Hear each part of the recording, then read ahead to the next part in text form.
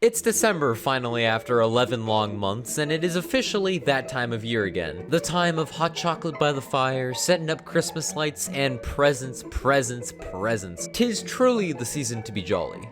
Alright, yeah, corny Christmassy stuff, and besides, all of that joyous and jolly exposition is wrong because the winter holidays are the most brutal and menacing times of all 12 months of the year. Quick, panic because you have to do all of your Christmas shopping. Try and lose weight because you're about to be tempted by endless chocolate for the next 4 weeks, and I swear to God, Mariah Carey, if you get All I Want for Christmas Is You stuck in my head again, I will eat your candy reindeer. But despite all these holiday dilemmas, nothing comes close to the destructive battlefield that is Grinch Simulator on the Hypixel network, and this guide will aid all you pricks that want to ruin children's Christmas wishes in a video game. Let's take a look on how to be the best at this Grinchy game.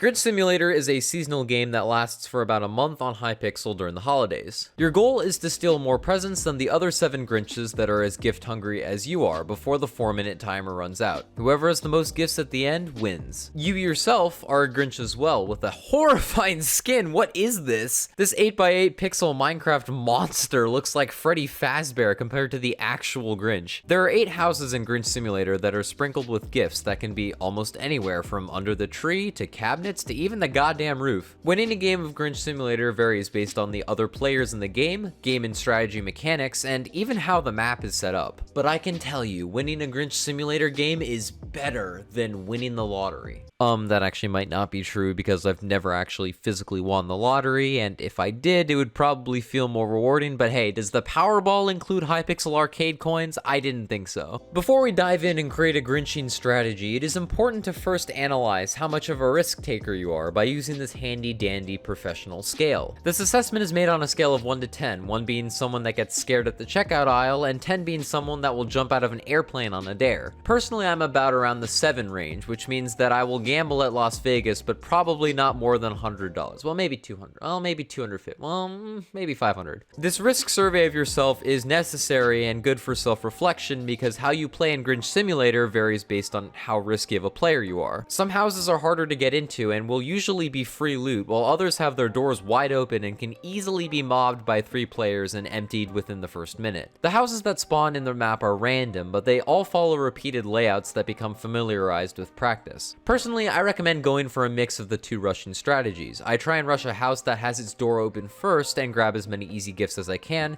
then leave and break into a more difficult house, like one that requires me to go through the chimney. This way I can grab the easy loot before other players take it and still get another house all to myself. Alright, let's talk about gift placement. What kind of Grinch Simulator guide would this be without it? A lot of players will lose games even after looting 3 houses to themselves because they can't find half of the gifts that are there in the house. Make sure to get the ones out in the open first so that no one else can easily steal them. One example is Christmas trees, because that's an easy 2 to 3 gifts right off the bat. Check every room when going through houses because each room has a purpose and probably a few gifts to offer. Always check paintings and remember the ones that you can get inside. And finally, the roof. Mastering the roofs can almost always guarantee you the win. Being good and efficient at this does require some parkour skill, and the speed 2 that you have in game does not help at all. If you're not good at parkour, try sticking to smaller houses that are easy to get on top of through a window or a tree. However, if you're feeling more adventurous or are good at parkour, trust me, it's not very hard parkour anyway, try the bigger houses. These have more loot on their roofs and are worth the struggle. About a minute or 2 into the game, gifts will start to become a lot scarcer, and this is what separates a Grinch Simulator baby from a Grinch Simulator veteran. Use your map all the time to find out where most of the gifts are and also the locations of other players so you know which houses are not being looted. Note that one terrible design flaw of the map is that you can't tell how high up a gift is, so the gift could be on any of the floors or even the roof,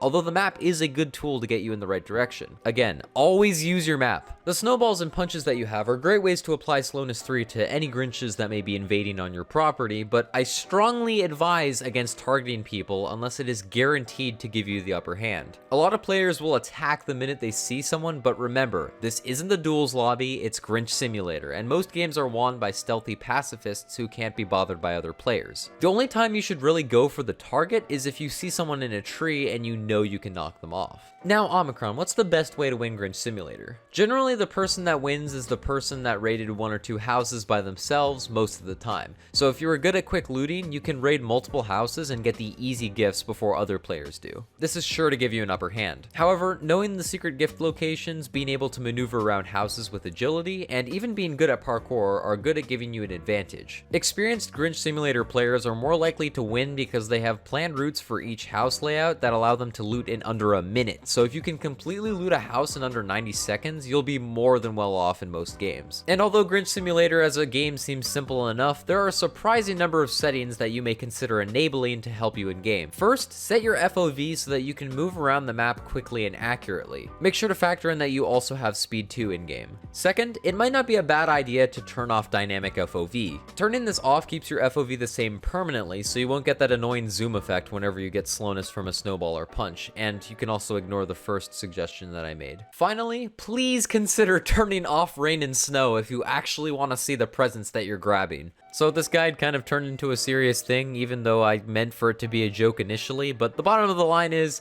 be quick, know the gift layouts, have some movement skills, and play it smart, and you will greatly improve your stealing from children gameplay. This is a fun seasonal game that is great to kill time with, but I'm telling you, the competition can get heated even though it's snowing. Anyway, that's about it. Make sure to leave a like and subscribe, and tune in next time when we'll be analyzing every trick shot you can do in Turbo Kart Racers. I'll see you guys later.